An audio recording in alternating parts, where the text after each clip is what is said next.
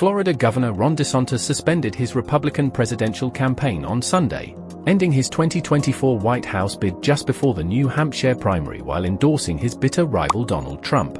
On Sunday morning, Florida Governor Ron DeSantis summoned several of his closest advisors to the governor's mansion in Tallahassee for a final conversation about his presidential campaign's future. They decided he would pull the plug on a campaign that had no reasonable path forward. Mr. DeSantis said he did not have a clear path to victory. The discussions at the governor's mansion were the culmination of nearly a week of conversations between DeSantis and his advisors. Representative Chip Roy, one of DeSantis' most prominent backers, traveled to Tallahassee for the final round of discussions, helping DeSantis weigh the merits of exiting the race before the New Hampshire primary and the pros and cons of endorsing Trump.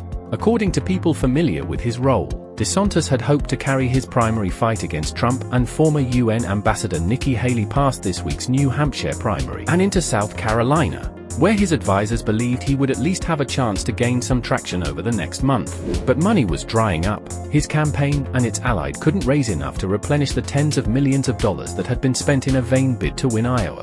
A DeSantis advisor said everyone wanted to stay in until South Carolina, but raising money became so hard, and it was not going to get easier. Nikki Haley, Mr. Trump's last remaining challenger, said she was the only one labeled to beat US President Joe Biden. Ms. Haley will go head-to-head with Mr. Trump in New Hampshire on Tuesday, the second in a series of state-by-state contests to pick a Republican nominee for the November general election.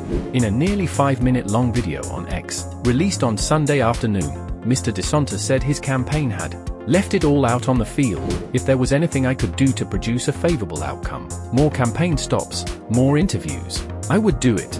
He acknowledged disagreements with the former president, but Mr. DeSantis said Mr. Trump was superior to Mr. Biden, who is almost certain to be the Democratic nominee in November's general election. He further mentioned, "I signed a pledge to support the Republican nominee, and I will honor that pledge."